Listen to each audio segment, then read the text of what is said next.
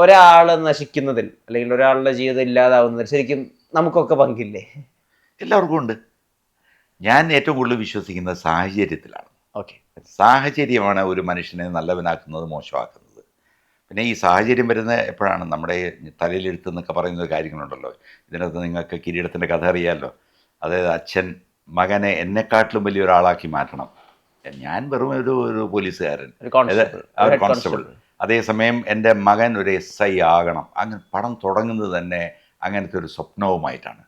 അപ്പോൾ ആ ഒരു സ്വപ്നം നമ്മൾ വിചാരിക്കുന്നത് അങ്ങനെ തന്നെയാണ് സിനിമ പോവുക.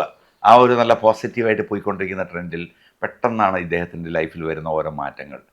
അത് ആ മാറ്റങ്ങൾ എത്രത്തോളം അദ്ദേഹത്തിൻ്റെ ലവ് ലൈഫിനെ ബാധിക്കുന്നു, ഫാമിലി ലൈഫിനെ ബാധിക്കുന്നു, അദ്ദേഹത്തിൻ്റെ കരിയറിനെ ബാധിക്കുന്നു.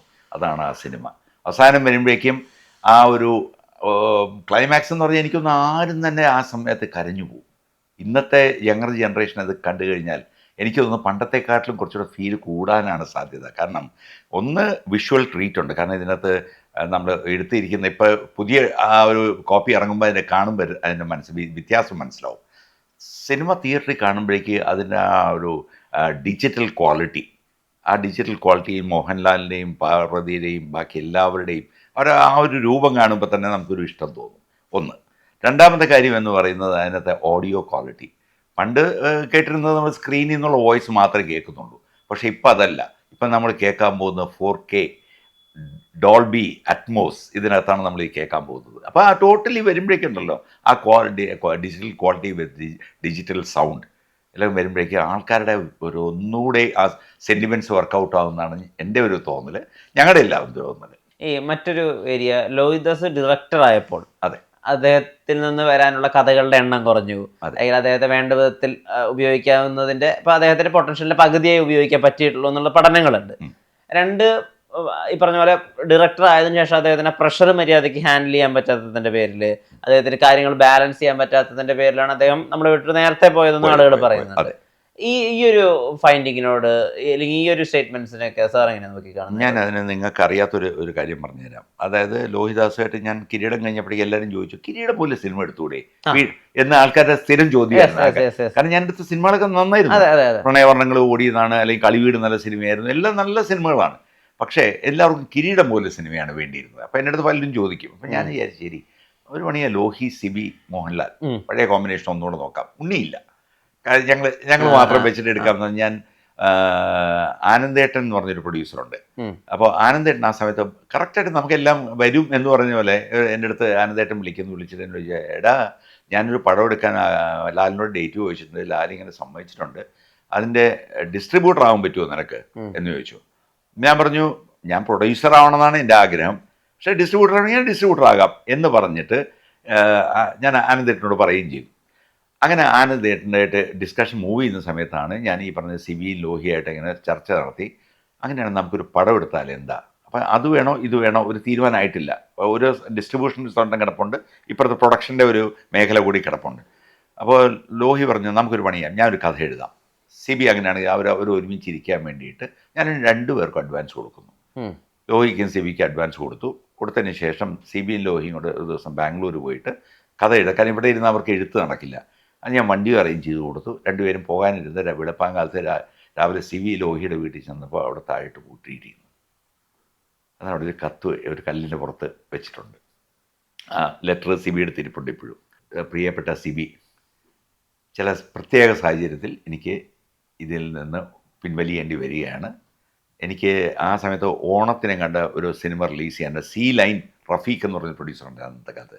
അദ്ദേഹം ഒരു അരയന്നങ്ങളുടെ വീട് എന്നൊരു പടത്തിൻ്റെ ഒരു ട്രാക്ക് ഞാൻ പറഞ്ഞത് പുള്ളിക്ക് ഇഷ്ടപ്പെട്ടു. അതിനെ എനിക്ക് ഡയറക്റ്റ് ചെയ്യാനായിട്ട് സ്ക്രിപ്റ്റും ഡയറക്ഷനുമായിട്ട് എനിക്കൊരു ഓഫർ തന്നിരിക്കുക. അപ്പോൾ എനിക്ക് പൈസ വലിയ അത്യാവശ്യമുണ്ട്.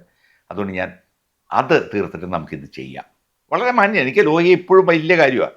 എന്നോട് ചെയ്തതൊരു കൊടുഞ്ചതിയാണ്, അത് വേറെ കാര്യം. പക്ഷേ എന്നാൽ പോലും എനിക്ക് ആ മനുഷ്യനോട് ഒരിക്കലും ദേഷ്യം തോന്നിയിട്ടില്ല. അന്ന് അത് പുള്ളി ചെയ്ത് അതിനുശേഷം ലോഹി സിബി ഒന്നിച്ചിട്ടില്ലല്ലോ. ശരിയാ, ഈ സംഭവം ഇങ്ങനെ സംഭവം ഉണ്ടായി. അതിനുശേഷം ഞാൻ ഈ 2 രൂപ പുള്ളിക്ക് അഡ്വാൻസ് കൊടുത്തിട്ടുണ്ടായിരുന്നു. പുള്ളിക്ക് പൈസ വലിയ ബുദ്ധിമുട്ടായിരുന്നു.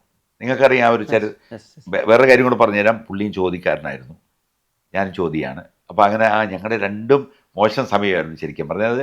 ആ ഒരു പിക്കപ്പ് പീരീഡ് അല്ലെങ്കിൽ ഒരു നമ്മുടെ ശരീരദശയുടെ ആ ഒരു പീരീഡ് എന്നൊക്കെ പറയില്ലേ.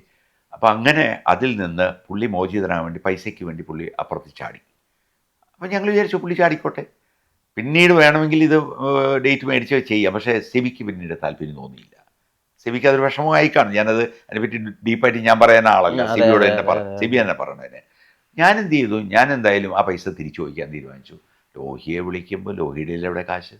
അന്ന് കസ്തൂരിമാൻ എന്ന് പറഞ്ഞ ഒരു ഇതൊക്കെ ചെയ്യാനായിട്ട് പുള്ളി പുറപ്പെട്ടപ്പോൾ ഞാൻ മുദ്രാ ശശിയെ വിളിച്ചു പറഞ്ഞു, എനിക്ക് 2 രൂപ കിട്ടാനുണ്ട്, കുറച്ച് ഇൻസ്റ്റാൾമെൻറ്റ് ഇല്ലെങ്കിൽ നിങ്ങളിതാ, എനിക്കും പൈസയ്ക്ക് ആവശ്യമുണ്ട് എന്ന് പറഞ്ഞതിൻ്റെ പേരിൽ മിലൻ ജലീൽ ഇതുമാതിരി അദ്ദേഹം എനിക്കൊരു 50,000 രൂപ സൂത്രക്കാരനോ ഏതോ ഒരു പടം ചെയ്ത സമയത്ത് സൂത്രധാരൻ അതിൽ നിന്ന് ലോഹി പറഞ്ഞിട്ട് ഒരു 50,000 രൂപ ദിനേശിന് കൊടുത്തേക്ക് എന്ന് പറഞ്ഞതിൻ്റെ പേരിൽ എനിക്ക് തന്നു.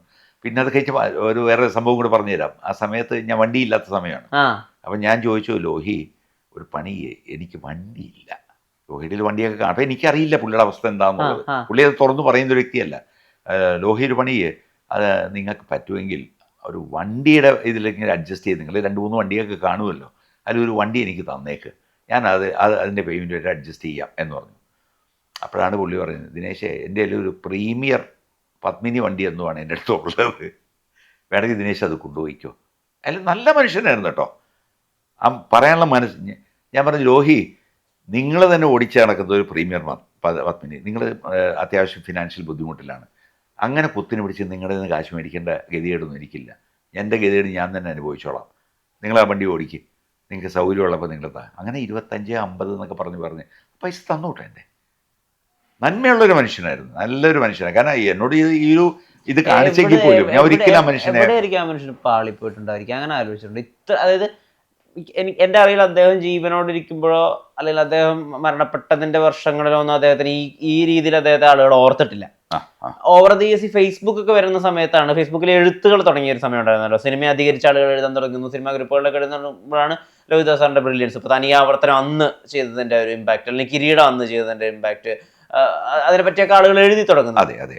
അപ്പം ഞാൻ പറയുന്ന ആ സമയത്ത് അദ്ദേഹത്തിന് കൃത്യമായിട്ടുള്ള വാല്യൂഡേഷൻ കിട്ടാത്തതാണോ, അല്ലെങ്കിൽ അദ്ദേഹത്തിന് എവിടെയെങ്കിലും മാനേജ്മെന്റിൽ പാളിയതാണോ, ഒരു സുഹൃത്ത് എന്നുള്ള രീതിയിൽ അങ്ങനെ മനസ്സിലാക്കാൻ പറ്റിയിട്ടുണ്ടോ? അല്ല, അങ്ങനെ എനിക്ക് വലിയ സുഹൃത്ത് ബന്ധത്തിലൂടെ ഞാൻ പോയിട്ടില്ല. എനിക്ക് തോന്നുന്നു ആ കാര്യത്തിൽ എന്നെക്കാളും എടുക്കുന്ന ഉണ്ണിയാണ്. ഉണ്ണി അദ്ദേഹത്തിൻ്റെ എല്ലാ പേഴ്സണൽ കാര്യങ്ങൾക്കും പുറകെ നടന്ന് അദ്ദേഹത്തിന് വീട്ടിലൊക്കെ സ്ഥിരം ഒരു അന്തേവാസിയായിരുന്നു ഉണ്ണി. അപ്പോൾ ഞാൻ ഉണ്ണിയായിട്ട് അത്രയും നല്ല ടേംസിൽ നിൽക്കുന്നില്ല. അപ്പോൾ ഞാനും ഇടിച്ചു കയറി ഷോ കാണിക്കാനായിട്ട് അദ്ദേഹത്തിന് വീട്ടിൽ പോയി സൗഹൃദം പുലർത്തിയാൽ പുള്ളിക്ക് ഇഷ്ടപ്പെടില്ല. ഞാൻ വിളിച്ചു വേണ്ട, അങ്ങനെ ഞാനൊരു അകൽച്ചയിൽ നിൽക്കുകയായിരുന്നു എപ്പോഴും. അകൽച്ചയിൽ നിൽക്കുകയെന്ന് വെച്ചാൽ ഇതുകൊണ്ടല്ല, കാരണം ഇടിച്ചു കയറി കഴിഞ്ഞാൽ അതിന് വേറൊരു അർത്ഥം വരും പലപ്പോഴും. അതുകൊണ്ട് ഞാൻ ലോഹിയെ കാണുമ്പോൾ ഞങ്ങൾ സ്നേഹിക്കുകയും കെട്ടിപ്പിടിക്കുകയും അതൊക്കെ വേറെ കാര്യം. ഞങ്ങൾ തമ്മിൽ ഒരു കാര്യത്തിലും ഇത്രയും പൈസ കടം വന്ന സമയത്ത് പോലും എൻ്റെ ഗതികേട് സമയത്ത് പോലും ഞാൻ പൈസ തിരിച്ചു വയ്ക്കുമ്പോൾ പുള്ളിക്ക് തരാൻ പറ്റുന്നില്ല. ഒരിക്കൽ പോലും ഞാൻ ആ മനുഷ്യൻ ചൂടായിട്ടില്ല.